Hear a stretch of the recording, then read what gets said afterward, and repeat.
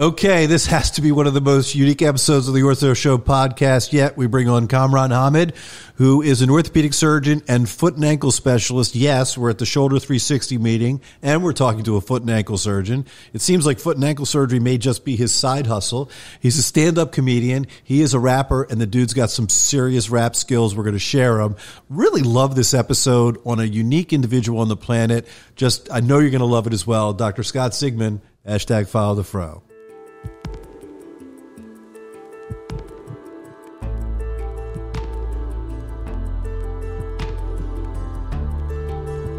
From medical media, this is The Ortho Show.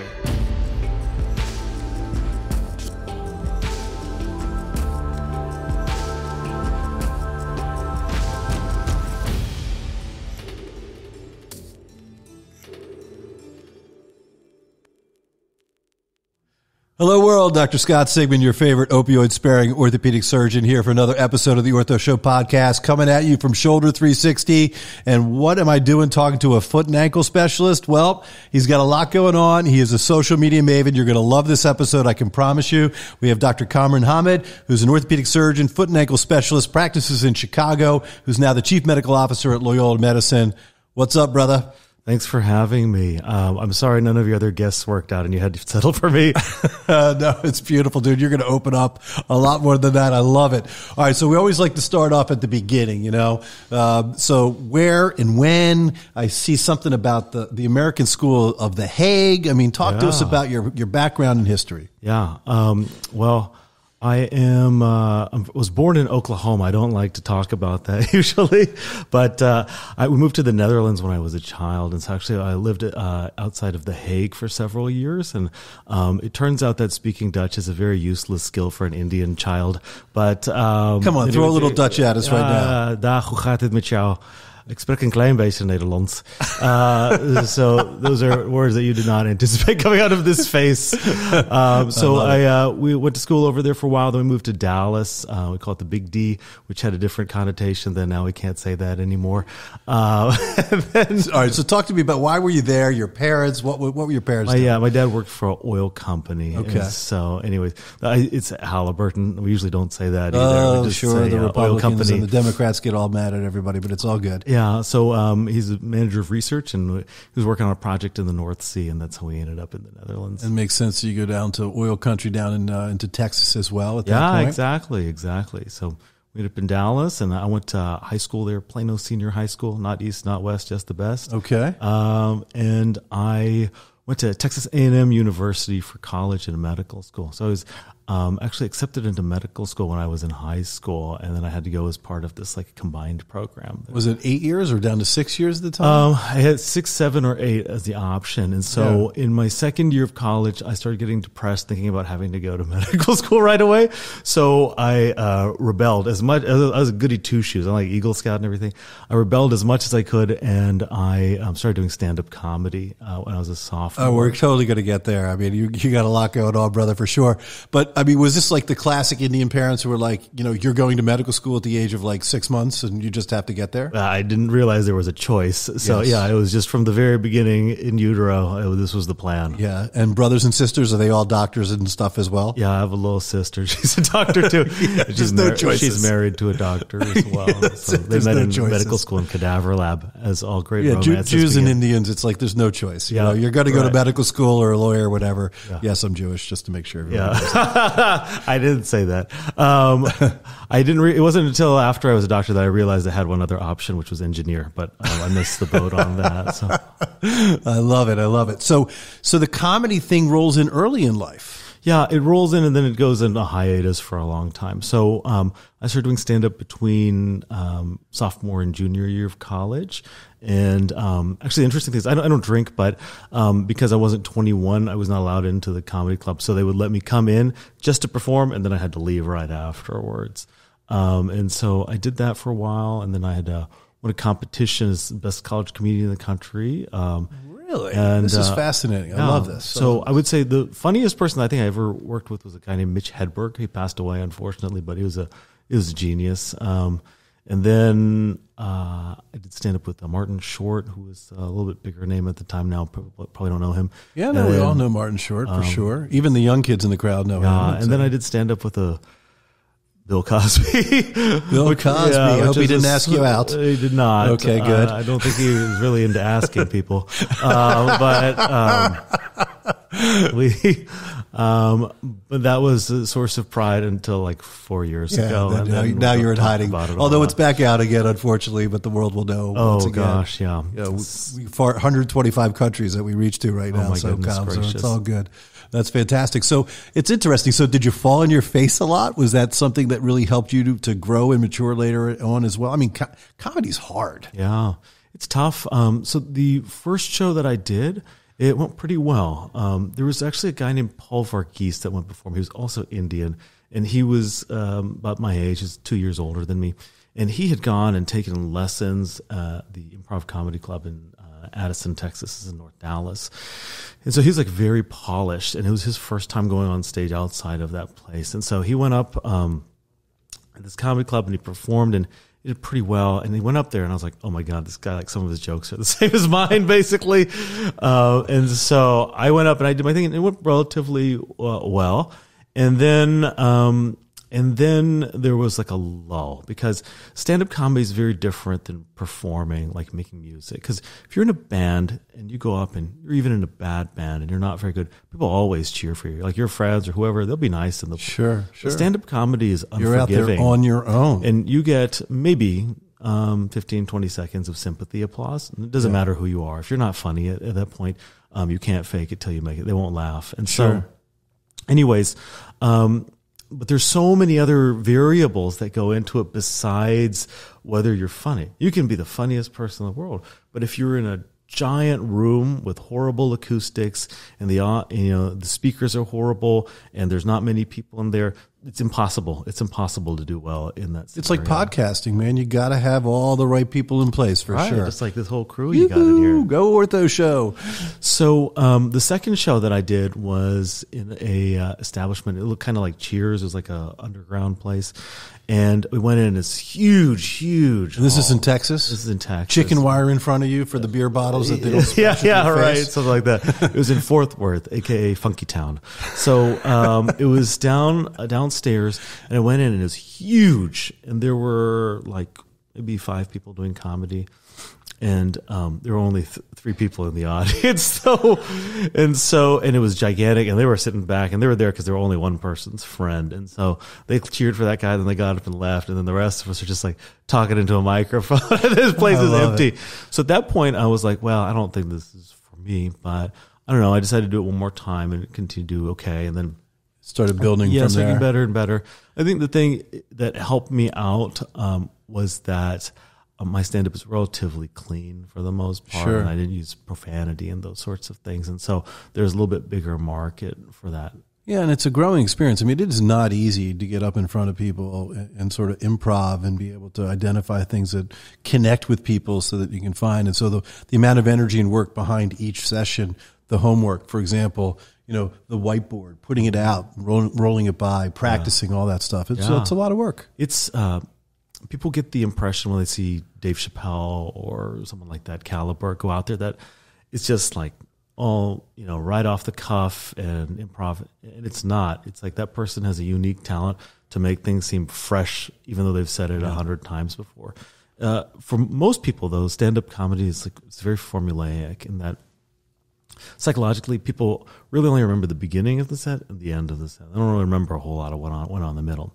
So you start off with, let's say you go and do 3 minutes at an open mic night. And of the 3 minutes, only 30 seconds of it is very good. So maybe you toss 2.5 minutes, or maybe you say, I'm going to tweak that and try it again. So you go try 3 minutes again, and really only 30 seconds is good. So part of it is you have to swallow your pride and say, all right, I came up with 2.5 minutes of garbage, and I just need to move on for that. So you keep that 30 seconds. You keep building a little bit. When you have enough, you put the bookend. So the good stuff at the beginning and the good stuff at the end, and then you do all the experimentation in the middle, and that's how it expands. But it can take people years to get 45 minutes that are tight. Yeah, but I mean, it's also a great life lesson for all of the other things you do, right, at that early stage of your career. All right, let's talk about your side hustle, which is orthopedic surgery. Apparently. Oh, yeah. All right, so Texas A&M, early on, parents don't give you a choice. You're going to be a doctor. You roll through. And when did orthopedics sort of come into part of the picture? After I graduated. So I never really rotated in orthopedic surgery. When I was 16 in high school, I had worked with a man in Plano named Alan Barber. I had shadowed. Oh, we love Alan Barber. He is the best. Alan's the man. I loved him so much. And but then I went to college and started medical school. I really like kids, and I was like, I think I'm going to be a pediatrician. And I never had an opportunity. I tried to rotate on orthopedics, but my med school didn't give me that as an elective, and so I never did it. So I love the people I work with in pediatrics, and I went into peds at a great program in Southern California, Children's Hospital of Orange County, affiliated with UC Irvine. And so I started off, and then I realized, one, this is a lot of diarrhea. I did not anticipate this.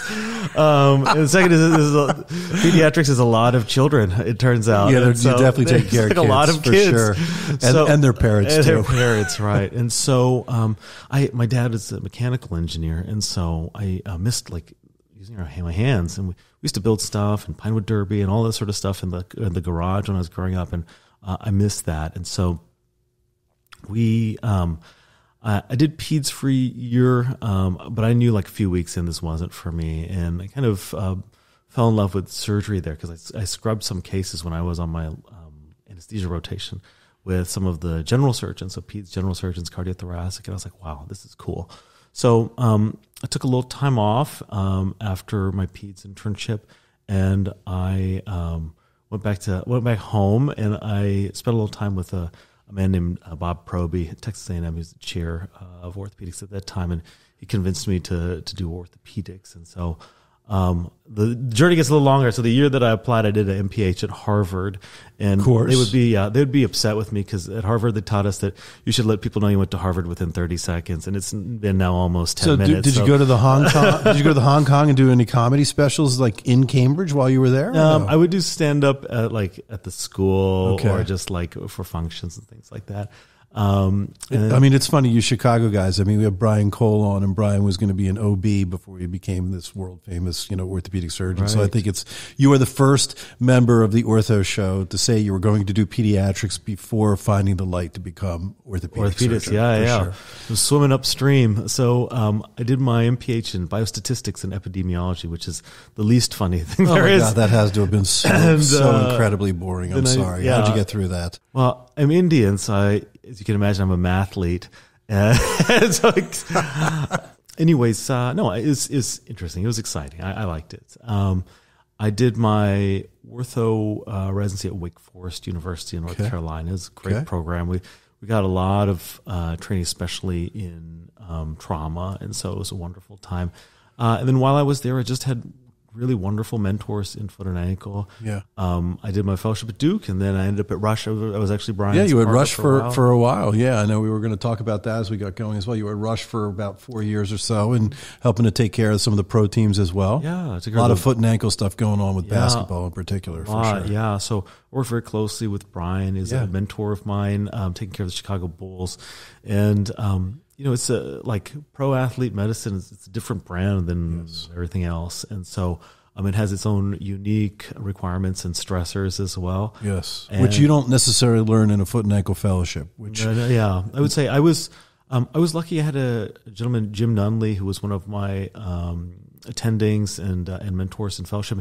He had taken care of a fair number, he took care of Duke basketball and Duke athletes and a fair number of professional athletes. But for the most part, we didn't see those people. We said, ankle replacements in fellowship. Right. So with working with Brian and Adam Yankee taking care of the Chicago Bulls and the Windy City Bulls, and then that was a great experience for me. And you learn a lot of things that are not in books. Yeah, no, for sure. And I mean that it's a rigorous process. It takes a lot of time and energy, but it takes away from perhaps taking care of the regular people as well. It's quite demanding. So why would you leave the mecca of Rush? I mean, at the moment in which you're there, it's one of the top orthopedic, places in the world. I mean, incredible like hundreds of orthopedic surgeons across all subspecialties with some of the great thought leaders in orthopedics. And so how come, what was the move? Yeah, it was tough. The reason why was I think it was ready for the next chapter in my career. And the tough thing was that I was happy when I was at Rush, and I enjoyed working with all of those guys there. I have only positive things to say about them, and they're still friends, and I hang out with them. It was just that I woke up one day, and I wanted to use some of these other skill sets that I had developed over time, which are probably challenging to use in a private practice orthopedic group.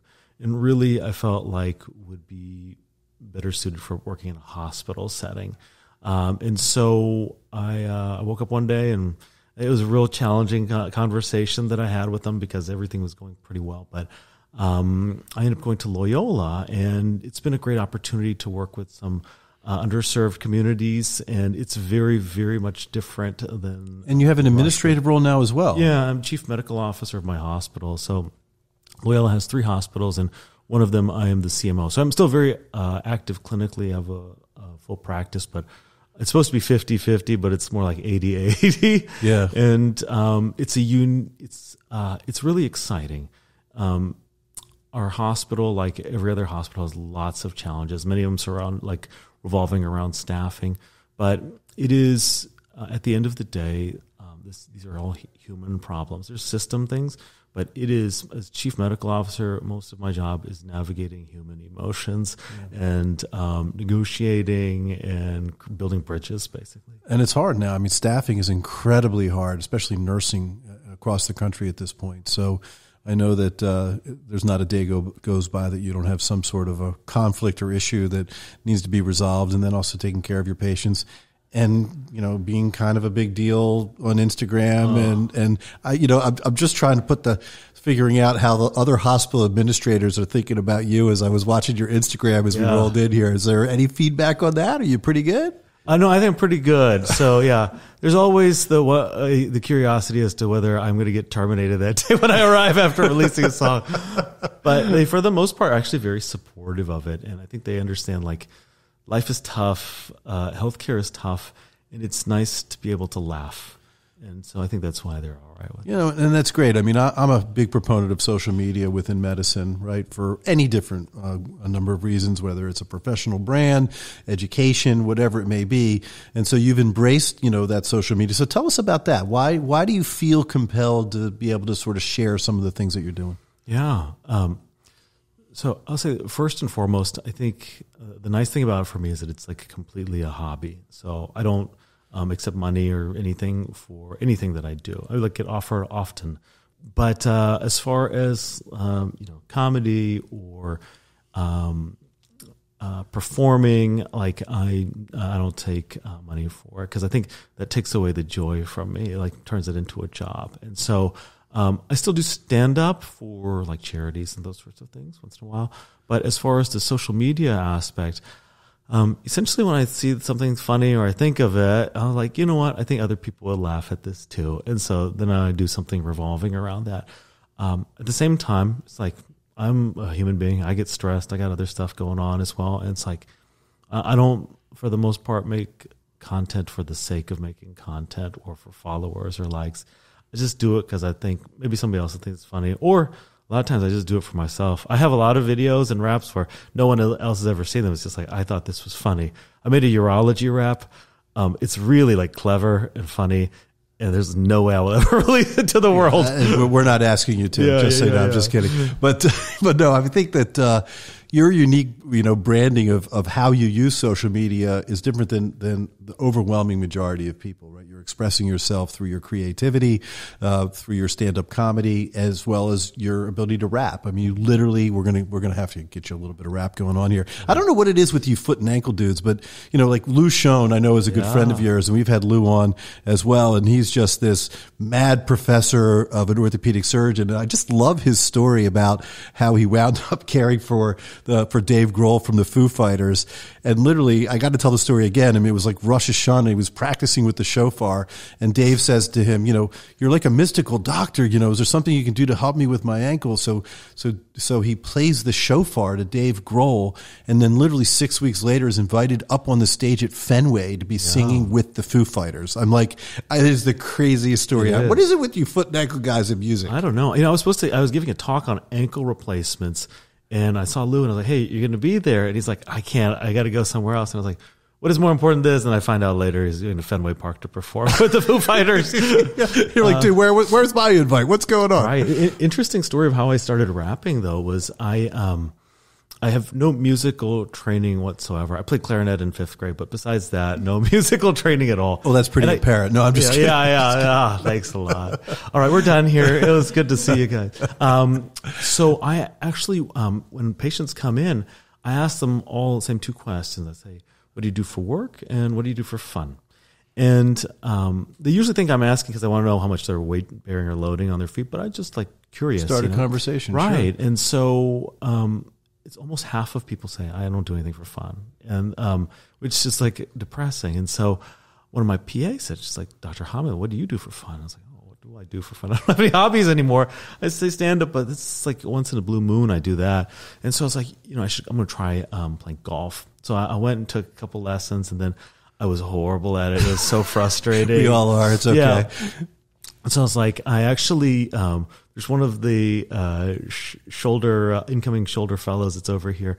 I just called him and I was like, I'm sick of this S word. And I was like, come over here. He was my resident at the time. I said, come over here and take my clubs. They're yours. And so I gave him my clubs, everything.